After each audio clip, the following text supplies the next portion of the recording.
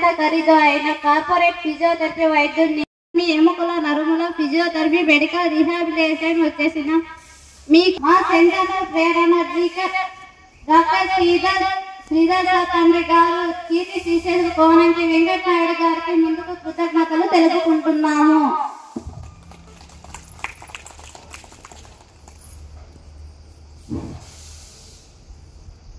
Srilakshmi medical contract కి గుణమైన నిబంధనలు హర్షించుట medical staff అందరూ వేయాలని కోరుతున్నాను.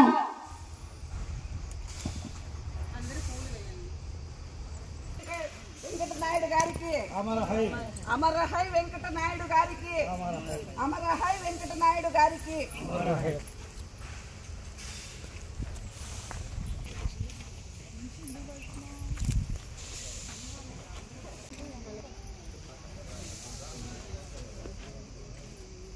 కొద్దిగా ఎన్నికి రానా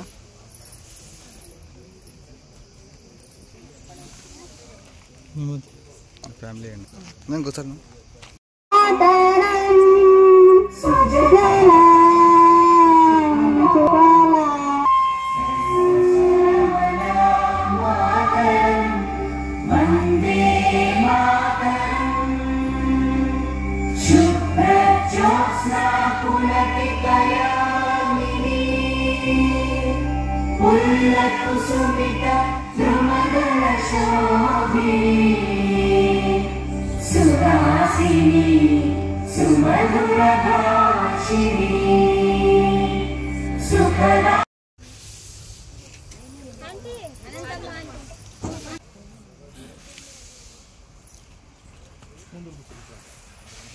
పట్టుకోండి ఓకే రెడీ కొంచెం డౌన్ చేయండి మీ ఫేస్ కనపడలే రైట్ రైట్ పట్టుకోండి మా ఇక్కడ చూడండి బుక్ ఇవ్వండి బుక్ ఇచ్చి బుక్ ఇవ్వండి అలా పట్టుకోండి కొంచెం డౌన్ చేయండి మీ ఫేస్ కనపడలే కంగారు పడొద్దు సార్. రైట్ మా ఓకే రెడీ కొట్టండి ఓకే అలా పట్టుకోండి ఓకే రెడీ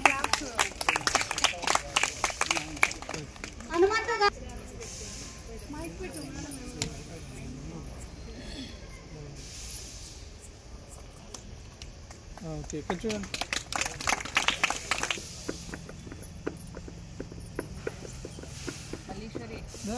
సౌండ్ వస్తుంది రైట్ ఓకే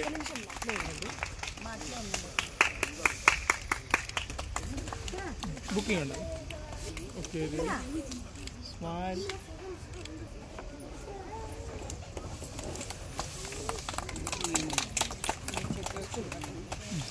బుక్ సరిగా తీసుకున్నా right sir okay ready madam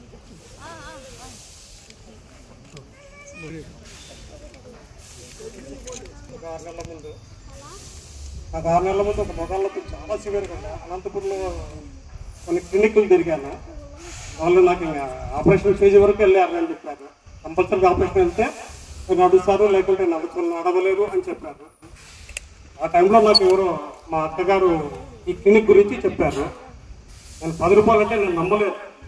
అంత అమౌంట్ తీసుకొని నేను బాగా ఈ స్టేజ్ పైన నిలబడుతున్నాను, బాగా నడచగలుగుతున్నాను అంటే అంత శ్రీధర్ గారి దయ వల్ల ప్లస్ ఆయన మిసెస్ గారి దయ వల్ల జీవితంలో వాళ్ళిద్దరికి నేను ఎప్పుడు రుణపడి ఉంటానని నేను అనుకుంటున్నాను. Thank you. సన్మానం చేశారా సార్?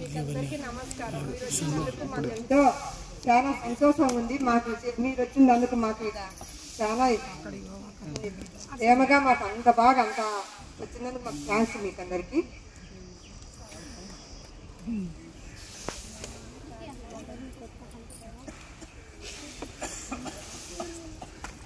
బుక్ చేయండి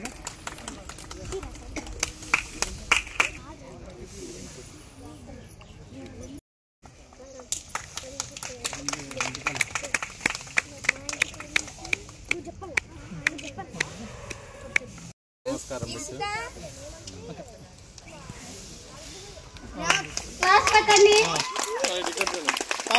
కొంచెం డౌన్ చేయండి సార్ బాగా కనపడండి. ప్రజలకు సేవ చేస్తున్నాడంటే అందుకోసమే వైద్యుడే నారాయణుడు అని తండ్రికి తగ్గ తనయుడు తనయుడు కాదు తనయులు వారితో పాటు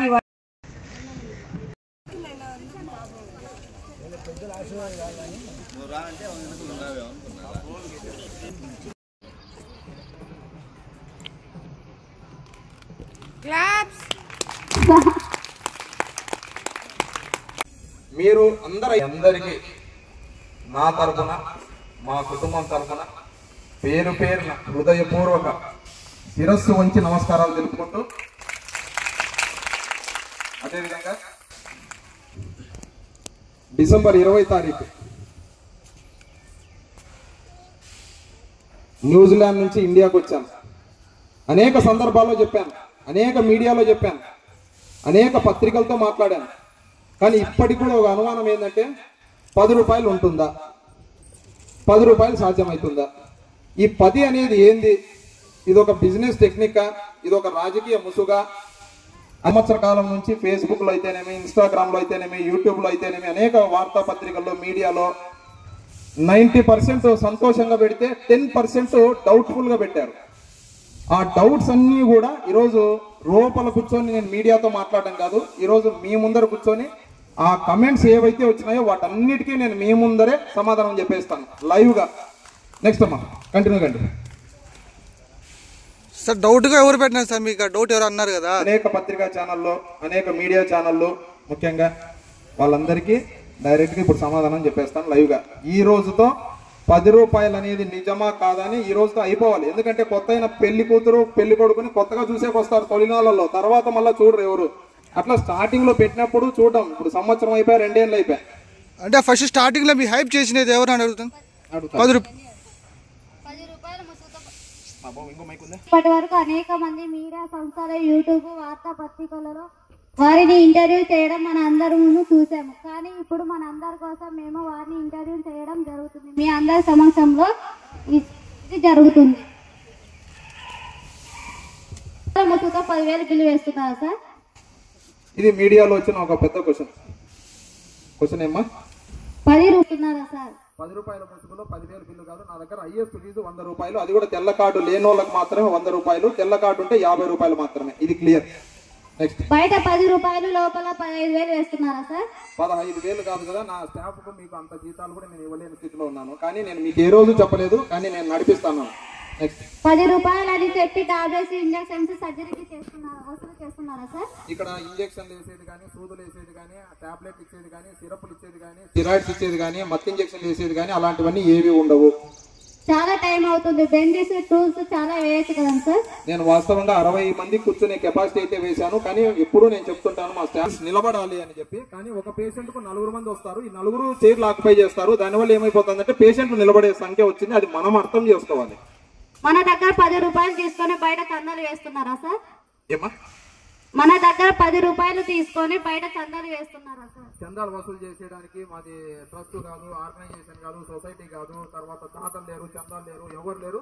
నాకు ఎవరన్నా ఈ రోజు నా వెనకాల ఉన్నారు అంటే ఆ చందా గానీ, ఆ దాత గానీ, ఈ రోజు ఈ ప్రోగ్రామ్ కూడా పెద్ద దాత ఎవరు ఉన్నారంటే నా తోడబుట్టి నా సొంత తమ్ముడు డాక్టర్ కోనంకి సుధీర్ కుమార్ తప్ప ఈ భూమి మీద 3వ వ్యక్తి ఎవడు లేడు, భవిష్యత్తులో రానివ్వం.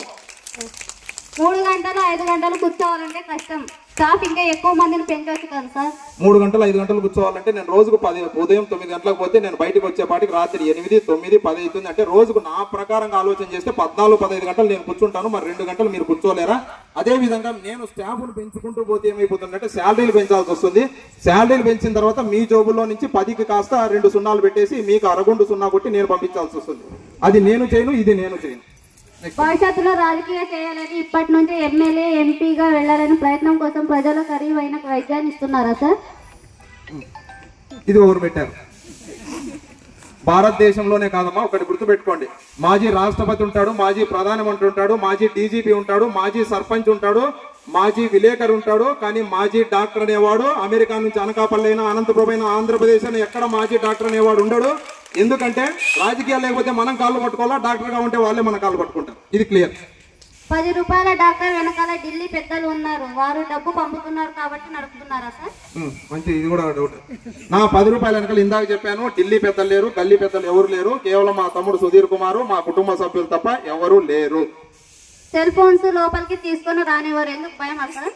సెల్ ఫోన్ తీసుకోవడానికి భయం ఏంది లేదు. ఆ రికమెండేషన్ నాకు ఇష్టం లేదు. తొలినాళ్ళల్లో మేము లోపలికి సెల్ ఫోన్ అలో చేసేవాళ్ళం. ఒక ఆయన వస్తాడు, సార్ మా సార్ మాట్లాడుతున్నాడు. ఎవరయ్యా అంటే ఎమ్మెల్యే సార్. ఎమ్మెల్యేకి అంత స్టేటస్ ఉంటే నీకు ఎందుకు పేషెంట్కు ట్రీట్మెంట్ నా దగ్గరికి ఎందుకు పంపించాలో, నువ్వే చేపించితే అయిపోయాయి కదా.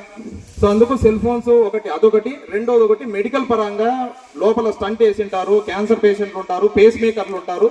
వైద్య పరంగా మెషిన్లకు కూడా ఇబ్బంది అవుతుంది, ట్రీట్మెంట్కి ఇబ్బంది అవుతుంది. ఇప్పుడు మనం మాట్లాడేటప్పుడు కూడా ఆ చుట్టూ వాతావరణం కేవలం వైద్యమే అందాలనే సంతోషంతో, దృక్పథంతో సెల్ ఫోన్స్ లోపలికి అలో చేయలేదు. 10 రూపాయలని చెప్పి మీరు ఎక్స్రే, ఎంఆర్ఐ, సిటీ స్కాన్ లో బిల్లు వేసి తీసుకుంటున్నారా సార్?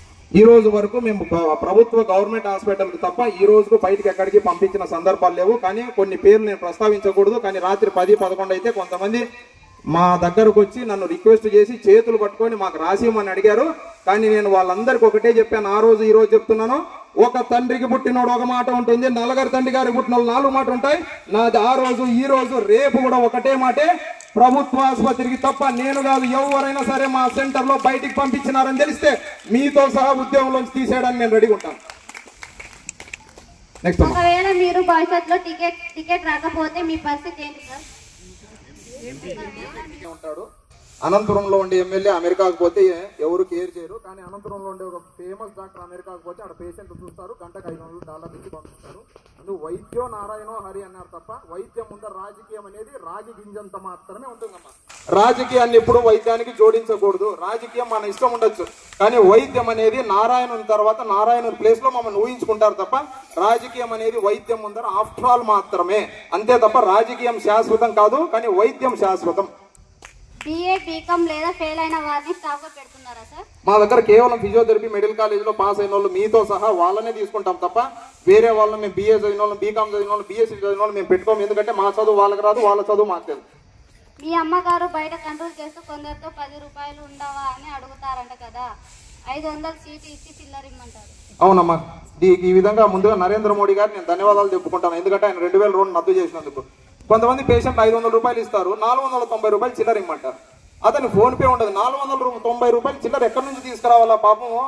ఓ రకంగా ఇది మా పెద్ద సమస్య. 10 రూపాయల డాక్టర్ అని తెలిసినప్పుడు 10 రూపాయలు తీసుకొని రావాలి, కానీ 500 రూపాయల నోట్ ఎందుకు అంటే బహుశా వాళ్ళు 500 డాక్టర్ దగ్గర పోయి తప్పైపోయి నా దగ్గరకు వచ్చినట్టున్నారు. ఉదయం సాయంత్రం ప్రజలు కూర్చోవడానికి ముందుగానే అంటే 9 లోపల, సాయంత్రం 6 లోపల బెంచెస్ చూసి చేయొచ్చు కదా, లోపలికి ఎందుకు ముందుగా రానివ్వరు సార్? లోపలికి ముందుగా ఎందుకు రానివ్వమంటే స్టార్టింగ్ లో ఉదయం 9 గంటల లోపలే తిరుపతి నుంచి, రాజమండ్రి నుంచి, నరసాపురం నుంచి కొంతమంది బయట గేటు బయట వచ్చినప్పుడు నేను మానవత్వంతో లోపలికి పిలిచాను. కానీ ఆ రోజు నాకు తెలీదు, ఎందుకంటే మానవత్వంతో పిలిచాను. దాని వెనకాల రాక్షసత్వం ఉందని నాకు కూడా తెలియదు. ఎందుకంటే వాళ్ళు నా చైర్లో తప్ప నేను వచ్చేపాటికి లోపల గురకలు పెట్టి నిద్రపోతున్నారు. బాత్రూంలో కనీసం నీళ్లు కూడా పోయలేదు. కనీసం పని చేసే ఆవిడ కూడా మనము గౌరవించాలి. ఎందుకంటే మన ఇంట్లో తల్లి అయినా పని మనిషి అయినా తల్లితో సమానమే. తల్లితో సేవ చేపించుకోకూడదు ఎప్పుడు కూడా. ఈరోజు డబ్బులు ఇస్తామని కాదు పని వాళ్ళకు, ఈరోజు మన తల్లికి ఏ విధంగా అయితే చేస్తామో పని వాళ్ళని కూడా అదే విధంగా గుర్తించాలా. వాళ్ళు కనీసం నీళ్లు పోయలేదు, కనీసం బెడ్షీట్ క్లీన్ చేయలేదు. అందుకే RSS సిస్టమ్ సంఘం నేపథ్యం నుంచి వచ్చినాడు. ఒక్కటే సిస్టమ్ పెట్టాం, 1 తర్వాత 2, 2 తర్వాత 2, 3 తర్వాత 4. ప్రజలకు మీరు చేస్తున్న సేవలు మంచివే, కానీ మేము గమనించింది కొంతమంది ఫేక్ వైట్ కార్డ్స్ తోటి వస్తున్నారు. ఇది ఎంతవరకు సమాజం? ఇలాంటి వారికి కనీసం చట్టరీత్యా శిక్షణ వేయాలి కదండి సార్? వైట్ కార్డ్ ఎందుకు పెట్టామంటే ఆధార్ కార్డు అందరితోనూ ఉంటుంది, మన అందరితో, నాతో సహా. పాన్ కార్డు, బ్యాంక్ అకౌంట్ ఉన్న అందరితోనూ ఉంటుంది. ఓటర్ కార్డు ప్రతి ఒక్కరికి ఉంటుంది. కానీ BPL కార్డు అనేది గవర్నమెంట్ విధించిన నిబంధనల ప్రకారము తెల్ల రేషన్ కార్డు అంటే BPL బిలో పావర్టీ లైన్ అర్హత ఉండే వాళ్ళకి అని చెప్పి మేము ఆ కార్డును ప్రాతిపదికంగా తీసుకున్నాము. కానీ దురదృష్టవశాత్తు కొన్ని మాకు జరిగిన అనేక అనుభవాలు, సంఘటనలు ఏమంటే ఇప్పటి వరకు 2694 దొంగ కార్డులు నా దగ్గరకు వచ్చి వైద్యం తీసుకొని పోయినారు. 260 మంది 50 రూపాయలు ఇవ్వకుండా పోయినారు. 1472 మంది 10 రూపాయలు ఇవ్వకుండా కూడా పోయినారు. కానీ వాళ్ళందరూ కూడా వైద్యం చేశాము. ఇది కూడా ఆలోచన చేయాలి. ఎందుకంటే NT రామారావు కార్డు చూపించినా నేను చేశాను, జగన్మోహన్ రెడ్డి కార్డు చూపించినా నేను చేశాను, రాజశేఖర రెడ్డి కార్డు చూపించినా నేను చేశాను. నేను సంతోషపడేది ఏంటంటే ఆ పెద్దలు చనిపోయినా కూడా వాళ్ళ కార్డుని వాళ్ళ గుండెల్లో పెట్టుకొని నా దగ్గర తీసుకొచ్చినందుకు నేను సంతోషపడి వాళ్ళను వైద్యం చేసి పంపించానే తప్ప ఈ కార్డు చెల్లదని మాత్రం చెప్పను. భవిష్యత్తులో ఏ కార్డు అయినా సరే వైట్ కార్డు తీసుకొచ్చినా బ్రిటిష్ వాళ్ళ కార్డు తప్ప 1947 తర్వాత ఏ కార్డు తీసుకొచ్చినా మేము యాక్సెప్ట్ చేస్తాం. ఎప్పటి వరకు 10 రూపాయలు ఉంటుంది? భవిష్యత్తులో మీరు పెంచుతారా లేదా సార్? భవిష్యత్తులో BPL కార్డు ఎట్టి పరిస్థితుల్లో నా గుండెలో శ్వాస ఉన్నంత వరకు నేను ఇదే మా తండ్రి గారి సమాధి మీద మాట ఇచ్చి ప్రమాణం చేసి చెప్తున్నాను, నా ఒంట్లో ఊపిరి ఉన్నంత వరకు, నేను ఈ భూమి మీద నిలబడినంత వరకు రూపాయల కార్డు అనేది చిరస్థాయిగా ఎప్పటికీ ఉంటుందని మరొక్కసారి అనేక సందర్భాల్లో చెప్పాను, ఇప్పుడు కూడా చెప్తున్నాను. దీంట్లో ఎటువంటి మార్పు అయితే ఉండదు. ఎందుకంటే మా తండ్రి గారు చెప్పిండేది ఒకటే, రక్త మాంసంతో వ్యాపారం చేయొద్దు. నేను వ్యాపారం చేయట్లేదు, వైద్యమే చేస్తున్నాను. కొంతమంది ఫోన్ పే చేయకుండా చేశామని చెప్పి వెళ్తున్నారు. దాని మీద మీ చర్యలు ఏవి సార్? చాలా మంది ఫోన్ పే చేశామంటారు. అక్కడ అకౌంట్ లో చూస్తే ఉదాహరణకు ఈ రోజు 100 మంది వచ్చారు. 100 × 50 మంది అనుకున్నాం. 15 50 5,000 రూపాయలు అకౌంట్లో ఉండాలా. కానీ అకౌంట్లో చూస్తే 2,000 ఉంటాయి. మిగతావి ఎక్కడ పోయినాయి దేవునికి కూడా తెలుసు, మాకు కూడా తెలుసు. కానీ మా స్టాఫ్ మేము చెప్తుంటాం, అమ్మ కొంతమంది ఈ లేని పక్షంలో ఉంటే నా దగ్గరకు పంపించండి, మనం పంపించేద్దాం. కానీ వాళ్ళు ఫోన్ పే చేశామని చెప్పి ఇలా చూపిస్తారు, ఆకాశంలో నక్షత్రం చూపించినట్లు. ఆ సెల్ ఫోన్లో టిక్కు పడి ఉంటుంది. ఆ టిక్కు మేము కనిపెట్టిండేది ఏమంటే ఆల్రెడీ అతను బయట పర్చేజ్ చేసి ఉంటాడు, దాన్ని స్క్రీన్ షాట్ తీసుకొని మాకు చూపిస్తాను. ఇది ఎవరు ఆలోచన చేసుకోవాలి? మనం ఆలోచన చేసుకోవాలి. మీరు నన్ను మోసం చేయట్లేదు, మిమ్మల్ని మీరే మోసం చేసుకుంటున్నారు. నాకు ఏమీ కాదు, ఏమీ పోదు. ఇప్పటి వరకు ఎన్ని దొంగ రేషన్ కార్డ్స్ వచ్చాయి? ఎంతమంది డబ్బులు ఇవ్వకుండా వెళ్ళిన సందర్భాలు ఉన్నాయి సార్? ఇందాక అదే చెప్పాను, 2694 మంది రేషన్ కార్డులు, దొంగ రేషన్ కార్డులు మా దగ్గర చూపించారు. ఎలా కనిపెడతారు మీరు అంటే ఆ రేషన్ కార్డు ఉన్న నంబర్ని ఒకసారి మనం ఆన్లైన్ స్క్రీనింగ్ చేస్తే ఒకసారి కలెక్టర్ ఆఫీస్ పంపిస్తే దాంట్లో మాకు తేలిండే కొన్ని విస్తుపోయే నిజాలు ఏమంటే, అనంతపురం జిల్లాలో ఒక ఎంఆర్ చూపించారు. వీళ్ళనా మనం ట్రీట్ చేయాల్సిందని ఒకసారి బాధ కలుగుతుంది. కానీ తప్పని పరిస్థితుల్లో ఆ కార్డును చూసి, ఎందుకంటే నేను వాళ్ళని చూడట్లేదు, ఈ రాష్ట్రం కోసం పనిచేసినటువంటి రాజశేఖర రెడ్డి గారు అయితే, ఎన్టీఆర్ గారు అయితే వాళ్ళని చూసి నేను ముందుకు అడుగు వేస్తాను. ఎందుకంటే రాజశేఖర రెడ్డిలో డాక్టర్ ఉన్నాడు, ఆయన ఈ రోజు ప్రజల కోసం చనిపోయినాడు. మళ్ళీ ఇది కూడా మాట్లాడితే రాజకీయం అంటారు. రాజకీయ కేంద్ర ఆరోగ్య శాఖ మంత్రిగా పనిచేశారు. ఇప్పుడు నడ్డా గారు ఉన్నారు. వారు మొన్న టర్మ్ లో ఓడిపోతే వారు ఇప్పుడు ఏం చేస్తున్నారంటే, వారు 6 సార్లు ఎంపీ గెలిచారు ఢిల్లీ నుంచి. కానీ ఇప్పుడు ఏం చేస్తున్నారంటే, వారు ఇంటి దగ్గర వైద్యం పెట్టుకుని రోజుకు 15 లక్షల రూపాయలు సంపాదిస్తున్నారు. ఆయన ఒక మాట చెప్పారు, నేను ఎంపీ గెలిస్తే 5 లక్షలే వస్తుంది, కానీ రోజు 10 లక్షలు సంపాదిస్తాను అంటారు. ఇప్పుడు దీన్ని బట్టి మీరు చెప్పండి, రాజకీయం గొప్పదా, వైద్యం గొప్పదా? వైద్యమే గొప్పది. ఇంకోటి ఉదాహరణ, బూర నర్సయ్య గౌడ్ గారు అని చెప్పి పక్కనే తెలంగాణలో ఉంటారు. వారు గతంలో టీఆర్ఎస్ లో ఎంపీగా చేశారు, తర్వాత బీజేపీలోకి వచ్చారు. వారు కూడా ఓడిపోయారు. ఓడిపోయిన తర్వాత ఈ రోజుకు 6 సర్జరీలు చేస్తున్నారు. వారు రోజుకి 22 లక్షల రూపాయలు సంపాదిస్తున్నారు. వారు గెలవకుండా ఓడిపోవడమే వాళ్ళకి కలిసి వచ్చింది. అంటే వైద్యం అనేది చాలా గొప్పది. ధన్యవాదాలు. థ్యాంక్ యూ అమ్మా.